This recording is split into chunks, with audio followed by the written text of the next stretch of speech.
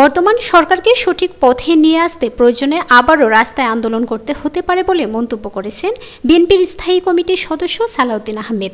বুধবার জাতীয় প্রেস ক্লাবে বাংলাদেশ জার্নালিস্ট অ্যাসোসিয়েশন আয়োজিত জুলাই গণঅভ্যুত্থান, গণমাধ্যম ও সাংবাদিকতার শীর্ষক আলোচনায় সালাউদ্দিন এই দাবি জানান। সালাউদ্দিন আহমেদ বলেন, ফ্যাসিবাদী দল হিসেবে আওয়ামী লীগের বিচারের জন্য অন্তর্বর্তী সরকার দৃশ্যমান কোনো উদ্যোগ নেয়নি। বর্তমান সরকারকে সঠিক পথে নিয়ে আসার জন্য রাস্তায় আন্দোলন করতে হতে পারে। সরকারকে সঠিক পথে নিয়ে আসতে কিছু উদ্যোগ নেবে বিএনপি। এ সময় গণহত্যার দায়ে আওয়ামী লীগের বিচার দাবি করেন এই বিএনপি নেতা। তিনি আরও বলেন, সরকার বা জনগণ সিদ্ধান্ত না নিলে বর্তমান সংবিধান অনুযায়ী নিবন্ধিত দল হিসেবে তাদের আওয়ামী লীগের নির্বাচনে যাবার সুযোগ রয়েছে। ৫ আগস্ট জাতীয় নির্বাচন অনুষ্ঠানের আহ্বান জানিয়ে তিনি বলেন, আওয়ামী লীগ নির্বাচন করতে পারবে কিনা জনগণই নির্ধারণ করবে। এ সময় নির্বাচন কেন বিলম্বিত হবে তা জনগণের সামনে তুলে ধরার দাবি জানান বিএনপির স্থায়ী কমিটির এই সদস্য। সংবিধানের প্রিয়াম্বলে তার প্রস্তাবনায় 1971 সালের মুক্তিযুদ্ধের সাথে একই প্রায় জুলাই গণ অভ্যুত্থানের বিষয়টি নিয়ে আসা হয়েছে। কিন্তু স্বাধীনতা যুদ্ধের সাথে স্বাধীনতা পরবর্তী কোনো ঘটনায় কি একই কাতারে গণ্য করা যায়?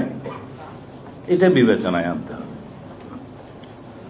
জুলাই ঘোষণাপত্র, বৈষম্য বিরোধী ছাত্র আন্দোলন এবং গণ অধিকার পরিষদ, জাতীয় নাগরিক কমিটি, বৈষম্য বিরোধী ছাত্র আন্দোলন এবং জাতীয় নাগরিক কমিটির পক্ষ থেকে জুলাই ঘোষণাপত্র দেওয়ার জন্য তারা কর্মসূচি দিয়েছিলেন।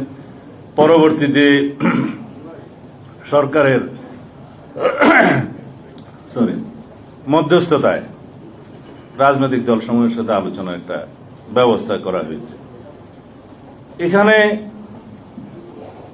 জুলাই গণ অভ্যুত্থানের স্বীকৃতি মানুষ দিয়েছে, দিতে হবে, কিন্তু ঘোষণাপত্রে কি জিনিস থাকবে সেই ঘোষণাপত্রের আসলে আমাদেরকে চিন্তা করতে হবে।